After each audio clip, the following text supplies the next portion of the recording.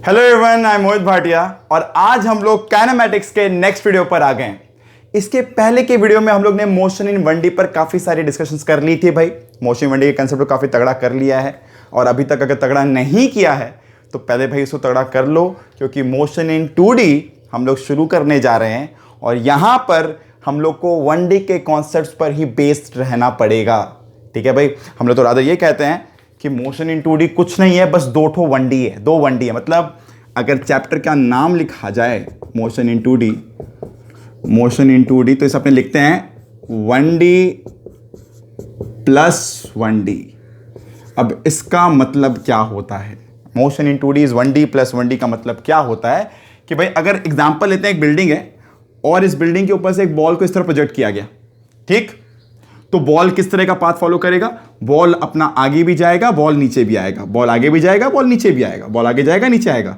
तो भैया along x motion किसके वजह से हो रही है भाई? अगर इसे अपने बोल दें एक्स और इसे अपने बोल दें वाई, तो एक्स मोशन किसके वजह से हो रही है? एक्स की तरफ क्या क्या काम कर रहा है वो देखो। एक्स की तरफ एक स्पीड है, एक्स की तरफ एक एक्सेलरेशन है, ये दोनों रिस्पॉन्सिबल है एक्स मोशन के। और अगर ये पार्टिकल अलोंग वाई जा रही है तो वाई के अलोंग क्या क्या है वो देख लो। मेरा बोलने का मतलब है कि x के कोऑर्डिनेट y के कोऑर्डिनेट को अफेक्ट नहीं करेंगे।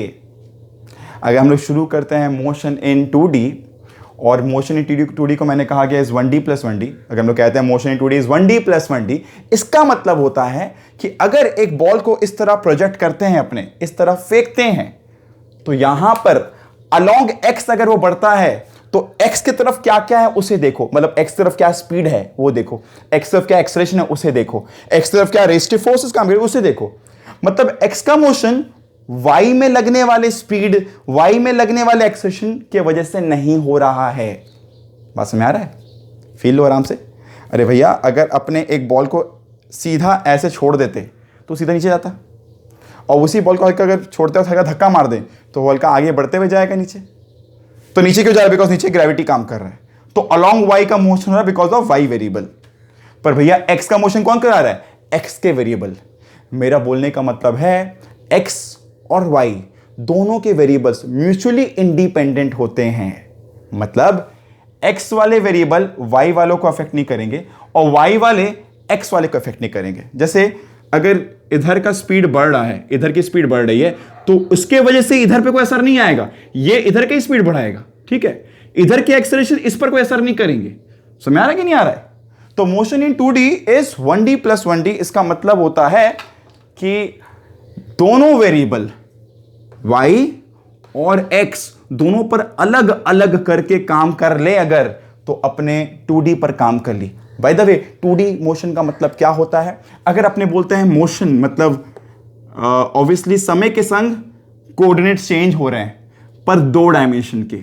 दो डायमेंशन मतलब जब अपने को दो परपेंडिकुलर रेफरेंस एक्सिस लगे किसी भी पार्टिकल के मोशन को एक्सप्लेन करने के लिए, अपने उसे मोशन इन 2D कहते हैं। ठीक? अगर इस पार्टिकल को हम लोग एक्सप्लेन करना ही कहां पर है, अगर अपने से रेफरेंस ले लिए, से ओरिजिन ले लिए, तो इसके काइनेमैटिक्स वेरिएबल को एक्सप्लेन करने के लिए, मतलब उसके स्पीड को, रादर वेलोसिटी को, उस पर लगने वाले एक्सेलरेशन को, उसके पोजीशन को, मतलब तीन मेन वेरिएबल्स है ना, पोजीशन, वेलोसिटी एंड एक्सेलरेशन। इसे एक्सप्लेन करने के लिए अपने को दो वेरिएबल लगेगा हर एक पॉइंट पर। अपने कहेंगे यहां पर मोशन इन 2 डायमेंशन हो रहा है। 2D मतलब 2 डायमेंशन हो रहा है, ठीक है? और इनको समझने के लिए अपने अलग अलग करके काम करें तो भी अपना काम हो जाएगा, और अदर तभी काम होगा जब अपने इसको अलग अलग, मतलब 1D को अलग और इस 1D को अलग अलग कर कर ऑब्जर्व करें। ठीक? ये बातें समझने के बाद अपने इस पर एक दो एप्लीकेशंस करते हैं भाई। अच्छा, एक बात और, एक बच्चे का ये भी सवाल था, बहुत बच्चों को ये लगता है कि मोशन इन 2D का मतलब होता है प्रोजेक्टाइल मोशन। तो मैं कहता हूं बेटा, मोशन इन 2D का एक स्पेशल केस है projectile motion. It's a special case. क्या होता है कि अच्छा, प्रोजेक्टाइल का मतलब क्या होता है ना, बात करेंगे अगले वीडियो में। हम लोग इस पर ही बात करने वाले हैं। पूरे एक्सक्लूसिव 2-3 लगातार वीडियो सिर्फ इसी पर आएंगी। ये अपने स्कूल लेवल के लिए काफी इंपॉर्टेंट टॉपिक में आता है ना? काफी इंपॉर्टेंट टॉपिक है। रादर स्कूल लेवल में मोशन इन 2D का मतलब सिर्फ यही होता है, ठीक है? पर अपने अगर लॉजिकली सोचें तो प्रोजेक्टाइल है क्या? जिस पार्टिकल को भी प्रोजेक्ट किया जाता है, फेंका जाता है विथ अ एम कि मेरा पार्टिकल वहां जाके गिरे। जैसे एक बैट्समैन बॉल को मारता है, या एक बॉलर बॉल को प्रोजेक्ट करता है, फेंकता है, चलो वो भी ले सकते हो, या तो कोई एक फील्डर बॉल को जब स्टंप की तरफ फेंकता है, ठीक है, या फुटबॉलर कोई बॉल को हिट करता है। तो इन सब जगह हम लोग जिसे फेंकते हैं उस पार्टिकल को हम लोग कहते हैं प्रोजेक्टाइल, और वो जो मोशन करता है उसे कहते हैं प्रोजेक्टाइल मोशन। इसका स्पेशलिटी ये है कि ये अंडर कांस्टेंट एक्सेलरेशन होता है, मतलब यहां पे एक्सेलरेशन क्या है, ग्रेविटी जनरली, ठीक है। तो इस वाले मोशन में जो एक्सेलरेशन है वो जनरली क्या है, ग्रेविटी। हम लोग बोलते हैं जब कभी किसी पार्टिकल का मोशन अंडर ग्रेविटी हो, ठीक है, और वो 1D ना हो, 2D मोशन हो, तो अपने उसे प्रोजेक्टाइल मोशन कह सकते हैं। जनरली इस तरह की एक वेग सी डेफिनेशन है, एग्जैक्टनेस में अगले वीडियो में बताता हूं। वहीं पर मोशन इन 2D में हो सकता है कि एक्सेलरेशंस वेरिएबल हो, कांस्टेंट ना हो, ठीक। हो सकता है कि इधर की एक्सेलरेशन समय के संग बदले, हो सकता है जब ये गिर रहा हो तो कोई इधर और धक्का मार रहा हो सकता है जब ये इधर जा रहा हो तो एक फ्रिक्शन काम कर रहा हो, कुछ भी हो सकता है, और वो फ्रिक्शन बदल रहा हो तो एक्सेलरेशन बदल रहा हो। तो मोशन इन 2D मतलब जिस किसी मोशन को एक्सप्लेन करने के लिए, कंप्लीटली एक्सप्लेन करने के लिए अपने को दो कोऑर्डिनेट्स लगे। हो सकता है वहां पर एक्सेलरेशन कांस्टेंट हो सकता है ना हो, बट अगर एक्सेलरेशन कांस्टेंट हो या फिर अंडर ग्रेविटी पार्टिकल मूव करे, अंडर ग्रेविटी जब पार्टिकल मूव करे उसे अपने कहते हैं प्रोजेक्टाइल मोशन, ठीक है ना। अपने इस प्रोजेक्टाइल मोशन पर डिस्कशन और डिटेलिंग किसे कहते हैं, क्या कहते हैं, अगले वीडियो में करेंगे। अभी तो सिर्फ मोशन इन 2D के कॉन्सेप्ट बिल्डिंग करने वाले हैं। मतलब मेरी बात मानो, अगर हम लोग मोशन इन 2D समझना चाहते हैं तो हम लोग को 1D पहले समझना पड़ेगा। मतलब अगर स्टेप बाय स्टेप बात करें कि अगर प्रोजेक्टाइल समझना है तो उसके लिए अपने को 2D समझना पड़ेगा, और 2D समझने के लिए अपने को 1D समझना पड़ेगा। क्यों? प्रोजेक्टाइल क्या है, एक particular type of motion in 2D। तो अगर इस वाले वीडियो को हम लोग प्रॉपर्ली क्लियरली समझ लेते हैं तो हम लोग प्रोजेक्टाइल मोशन का सारा बेसिक्स, सारा कॉन्सेप्ट समझ चुके हैं। बस वहां जाके एक तरह से समझो कि एक प्रॉब्लम सॉल्विंग करने वाले हैं, एक एप्लीकेशन करने वाले हैं, और रिजल्ट्स बॉक्स बना के याद रखने वाले हैं, ठीक। चलो तो फिर शुरू करते हैं मोशन इन 2D पर डिटेल करना। और भाई काइनेमेटिक्स में ना काफी बच्चे पूछे थे कि सर क्या कोई थियरी नहीं है, क्योंकि 10th तक में तो बहुत थ्योरी पढ़ते थे, अब थियरी नहीं है बेटा। इस चैप्टर में ना एप्लीकेशन ज्यादा है। अब व्हाट इज मोशन तो नहीं पूछा जाएगा ना, कि what is motion, what is rest, अब तो नहीं पूछा जाएगा सब चीज, ठीक है ना। काफी सारे एप्लीकेशंस हैं, और इस टॉपिक के एंड से ही ना मैं रिलेटिव मोशन स्टार्ट करूंगा, रिलेटिव मोशन 1D 2D। तो अपने आराम से थोड़ा पेशेंटली बैठे तो अपने सब कुछ कवर कर लेंगे, ठीक है। फिलहाल आगे बढ़ते हैं। मैं क्या कर रहा हूं भाई, अगला कॉन्सेप्ट एक एप्लीकेशन सिखाऊंगा। एक बच्चे का क्वेश्चन भी आया हुआ है, तो अपने उस क्वेश्चन को ही एक्सप्लेन करते हुए बात को आगे बढ़ाएंगे। तो क्वेश्चन है, the velocity of particle at t0। तो eight t0 velocity of particle, मतलब t0 मतलब इनिशियल ना, क्या है भाई, 4i + 3j, है ना। और बोला गया है एंड अ कांस्टेंट एक्सेलरेशन। तो कांस्टेंट एक्सेलरेशन बोलने से ना मन में एक लड्डू फूटता है। क्या फूटता है भाई, अपने v = u + at यूज कर सकते हैं, v² = u² + 2as यूज कर सकते हैं, s = ut + ½ at² यूज कर सकते हैं, क्योंकि वो सारे फॉर्मूलाज एक्सेलरेशन कांस्टेंट के लिए बनाए गए हैं, ठीक।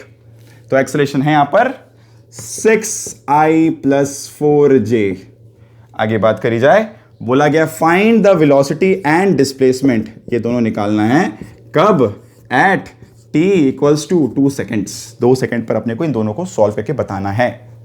तो अब इसका मतलब क्या हुआ, इसका मतलब वही अगर x और ये अगर y है तो 4 along x है ना, और 3 along y है स्पीड, और एक्सेलरेशन along x है 6 और एक्सेलरेशन along y है 4। मेरा बोलने का मतलब है अगर y की तरफ कुछ भी हो रहा है तो वो y के वेरिएबल्स की वजह से होता है, और x की तरफ कुछ भी हो तो वो x के वेरिएबल्स की वजह से हो रहा है। x y को इफेक्ट नहीं करेगा क्योंकि म्यूचुअली परपेंडिकुलर है, पहले ही बात कर चुके हैं इस पर। तो या तो अपने इस तरह काम करें कि लिखें vx = ux + axt and vy = uy + ayt, या इस तरह सॉल्व की जाए, या फिर vector v = vector u + vector a × t लिख दी जाए, ठीक है।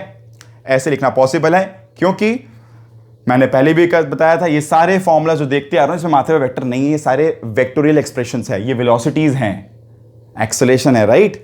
मतलब अगर ये 1D पर भी काम करोगे तो भी वहां पे हम लोग प्लस माइनस साइन देते हैं, प्लस और माइनस साइन डायरेक्शन के लिए, याद आ रहा है, प्लस माइनस साइन डायरेक्शन के लिए। तो अगर चीजों को डायरेक्शनाइज करना यहां पे पढ़ रहा है मतलब ये सब वेक्टर हैं, ठीक। तो अगर यहां पे i cap j cap form में है एक, दूसरा ये एक्सेलरेशन देखो कहीं पे भी टी नहीं है या फिर कोई भी वेरिएबल नहीं है, मतलब हर एक मोमेंट पर ये यही रहने वाला है।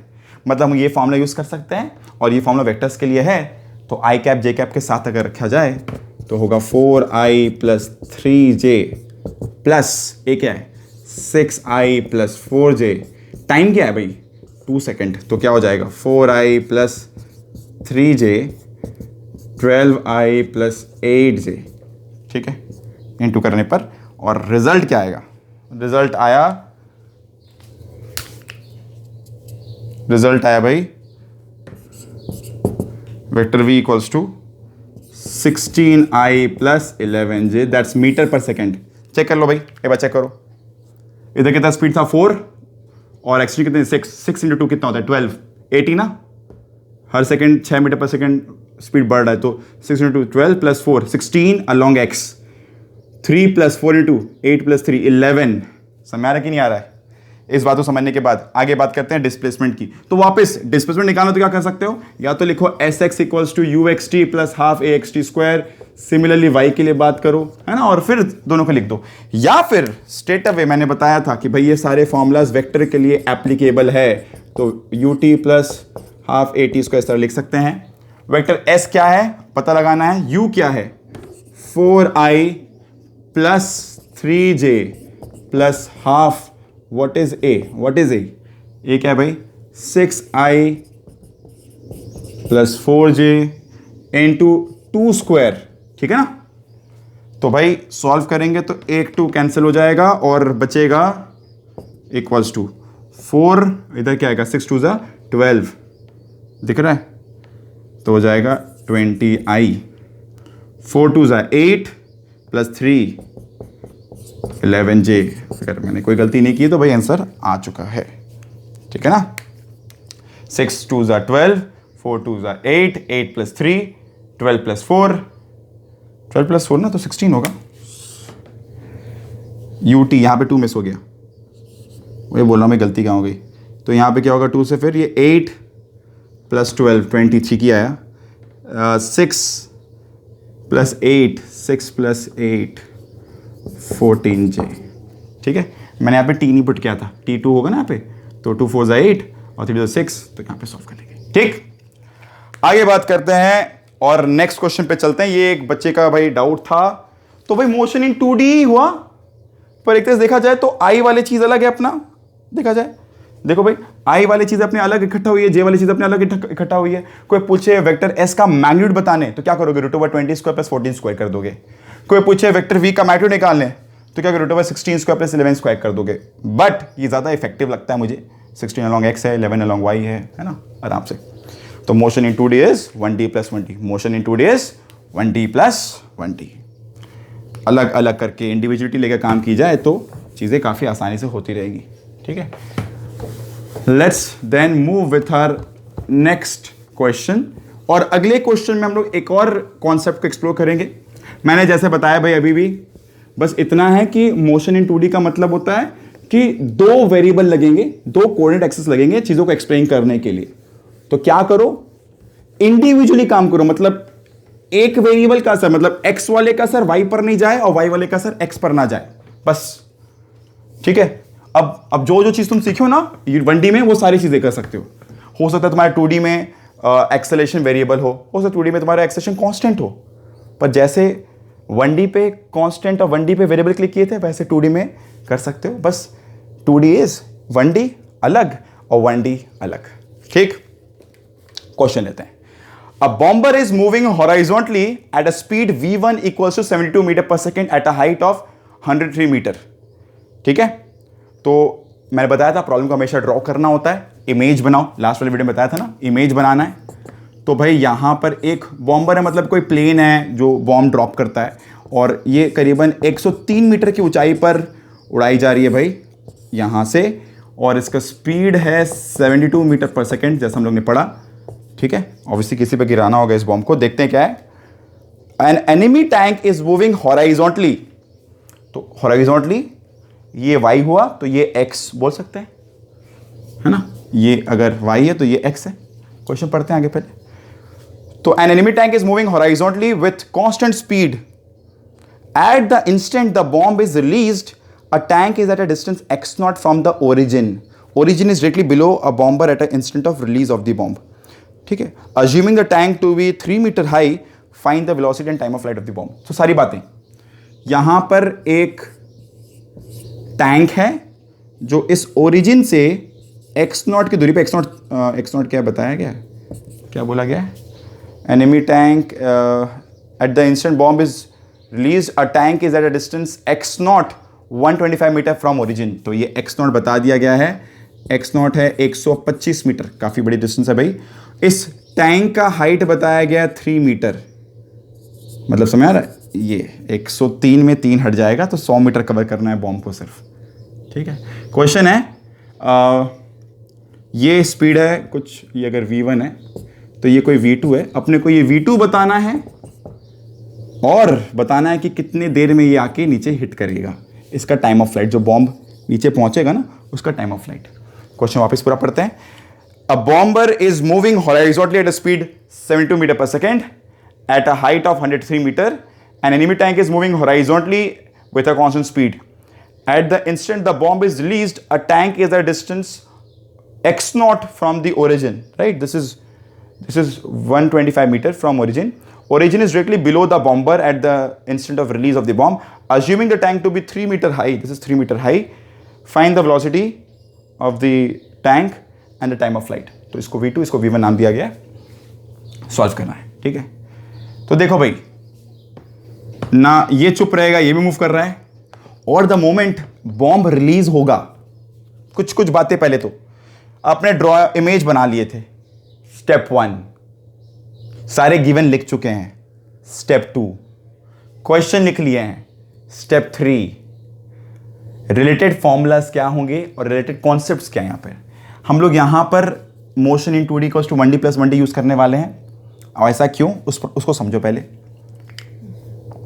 देखो ये जो बॉम्बर है ये अलोंग एक्स मूव कर रहा है, तो इसके अंदर की सारी चीजें अलोंग एक्स मूव कर रही है. सोचो, अगर ये बॉम्बर अलोंग एक्स मूव कर रहा है तो इसके अंदर की सारी चीजें अलोंग एक्स मूव कर रही है by law of inertia of motion. तो अगर ये एक बॉम्ब को रिलीज करेगा तो उसमें भी अलोंग एक्स स्पीड रहेगा कितना, 72 मीटर पर सेकेंड. यस और नो. तो ये बॉम्ब भी आगे बढ़ेगा बट बिकॉज ऑफ ग्रेविटी नीचे भी जाएगा. ठीक है. तो अपने रेफरेंस अगर देना चाहते हैं, यहाँ पे रेफरेंस देते हैं जो कि हम लोग का स्टेप 5 में आता था. एक्चुअली x, और इसे अपने बोलते हैं अगर y, नीचे को पॉजिटिव y, इसको पॉजिटिव x. ऊपर जाने का बात है तो ऊपर तो कुछ बोले मत, नीचे पॉजिटिव y और इधर पॉजिटिव x, कोई दिक्कत नहीं. और होगा क्या पता है कि ये अलोंग x तो स्पीड बदलेगा नहीं, बिकॉज अलोंग x कोई एक्सेलरेशन है नहीं. तो अगर नोट किया जाए तो आदत डालो ये चीज़ की, x और y इस तरह एक चार्ट बनाओगे, हमेशा नियम बनाओ, इस तरह एक टेबल रेडी करना है.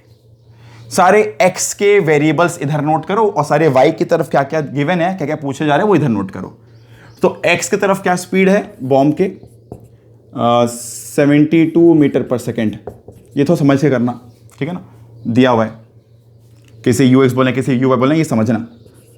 uy कितना है, 0, बिकॉज रिलीज किया गया. वो बॉम्बर जा रहा था बस वो रिलीज किया, तो अलॉन्ग में वो फेंका नहीं है, बस छोड़ दिया.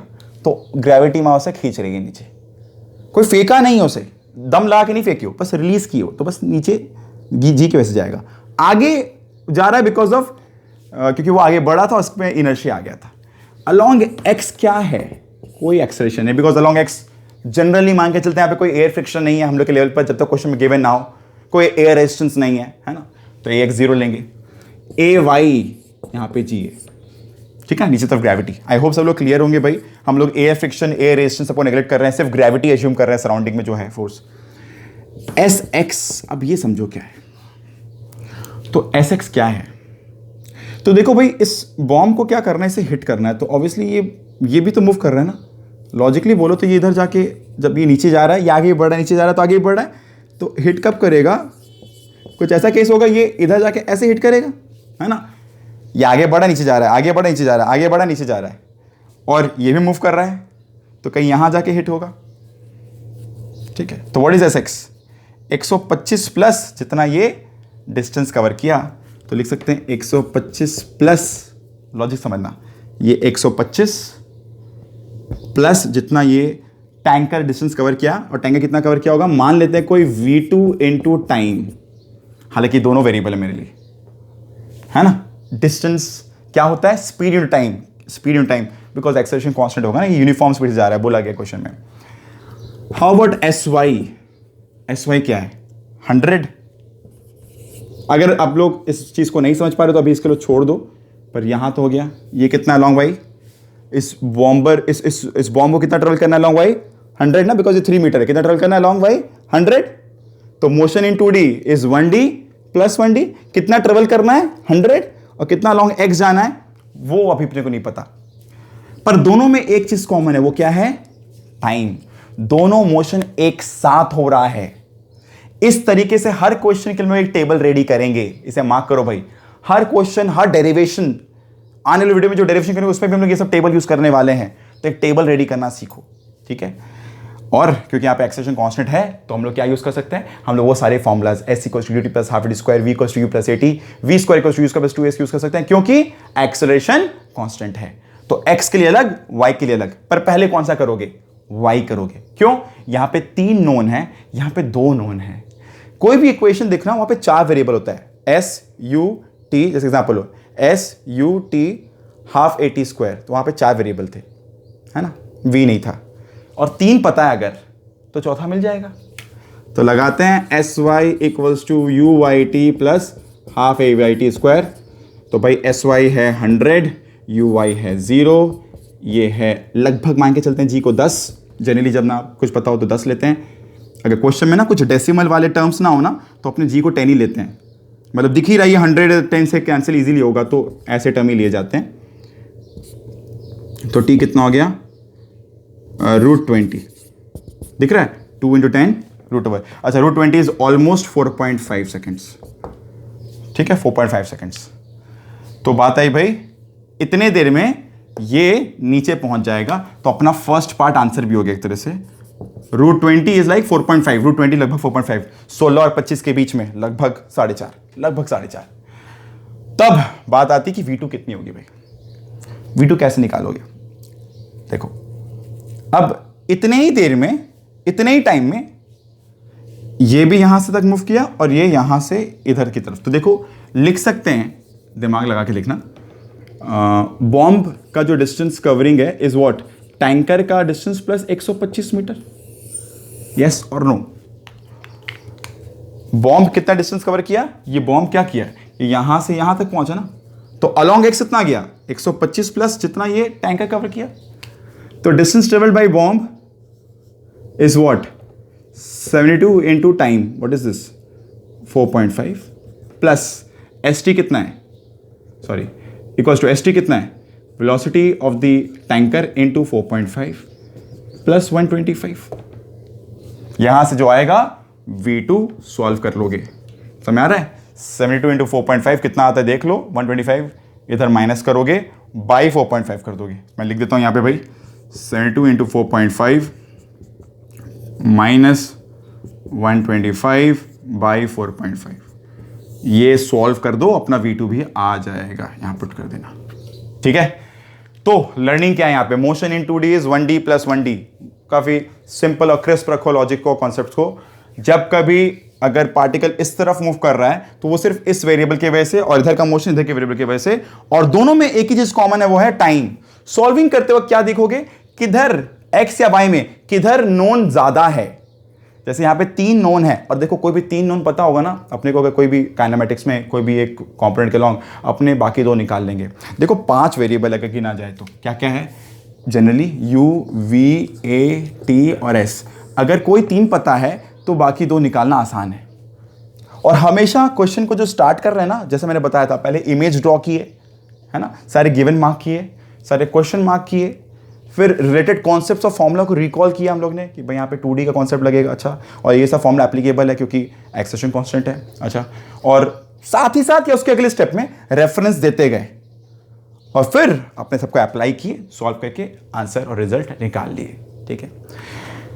अब इस वीडियो में ना मैं ज़्यादा कुछ नहीं करूँगा, और मैं बस एक और क्वेश्चन दे देना चाहूँगा जो अपने एंड पर सारे बच्चे खुद से करें, ठीक है, जिसमें शायद थोड़ा सा और लॉजिकलिटी अपने एंड पर लगे, ताकि चीज़ें थोड़ा सा प्रॉपरली एब्जॉर्ब हो जाए, ठीक है। बाकी तो अपने नेक्स्ट वीडियो से करने वाले हैं। तो क्वेश्चन लेते हैं भाई, क्वेश्चन ले लो, एक्सप्लेन भी कर देता हूँ मैं क्वेश्चन को।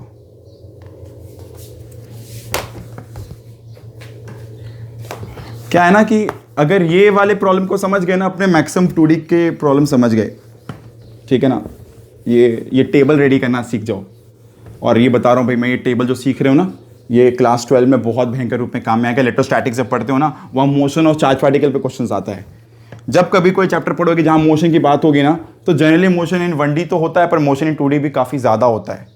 तो मोशन इन 2D में ये सारे कॉन्सेप्ट्स लगने वाले हैं भाई। और 12 में भी मोशन तो हो गई, ऐसा तो नहीं कि चार्ज पार्टिकल मूव नहीं करेंगे वहाँ पर, वो तो मूव करेंगे, मोशन तो हर जगह रहेगा। तो फिलहाल अगले क्वेश्चन को एक बार नोट कर लें, अपने एंड पे खुद से ट्राई करना है। तो a footballer throws a ball from a height 2 metre above the ground, ठीक है, with an initial velocity of 20 metre पर second at an angle of 30 degree above the horizontal, ठीक है। How long does the ball take to cross the goal line 32 metre from the point of release, ठीक है। What is the ball's height above the ground as it crosses the goal line? तो भाई question में 2-3 अच्छी बातें। पहला बात, अब footballer throws a ball from a height of 2 metre, मतलब मान लो ये फुटबॉलर है, ये बॉल को शायद इस तरह फेंक रहा है, होता है ना, अपने इस तरह बॉल को फेंकते हैं, ये इस तरह फेंक रहा है, ठीक है। ये हाइट कितना है भाई, ये हाइट है ऑलरेडी 2 मीटर। ऑब्वियसली वो पैर से तो ऊंचा जाएगा नहीं, 2 मीटर लगभग 6 फीट से भी ऊपर हो गया, तो ऊपर से फेंक रहा है, ठीक है, with a speed of 20 metre पर सेकेंड। तो ये जो इनिशियल वेलोसिटी है ये है 20 मीटर पर सेकेंड जिसे फेंका जा रहा है, और ये जो एंगल है ये है 30 डिग्री, थीटा है 30 डिग्री, ठीक है। Above the horizontal, above the horizontal, नीचे नहीं ऊपर की तरफ। How long does the ball take to cross the goal line 32 metre from the point of release. यहां से 32 मीटर दूर गोल लाइन है, ठीक है। इसे क्रॉस करने में कितना टाइम लगेगा, ये ठीक है, ये अपना x है, SX। और इस समय कितना हाइट है फ्रॉम द ग्राउंड, ग्राउंड से अगर ये बॉल इधर से जा रहा है तो ये है SY। तो कैसे करोगे भाई, टेबल रेडी करोगे, स्टेप 1 है ना, XY अलॉन्ग x क्या है, UX क्या है 20 cos 30, हाँ है ना। अगर ये 20 है तो what is along x, 20 cos 30, what is along y 20 sin 30, 20 इधर तो what is along x, resolve 20 cos ऊपर की तरफ 20 sin, what is along x acceleration 0, what is along y gravity.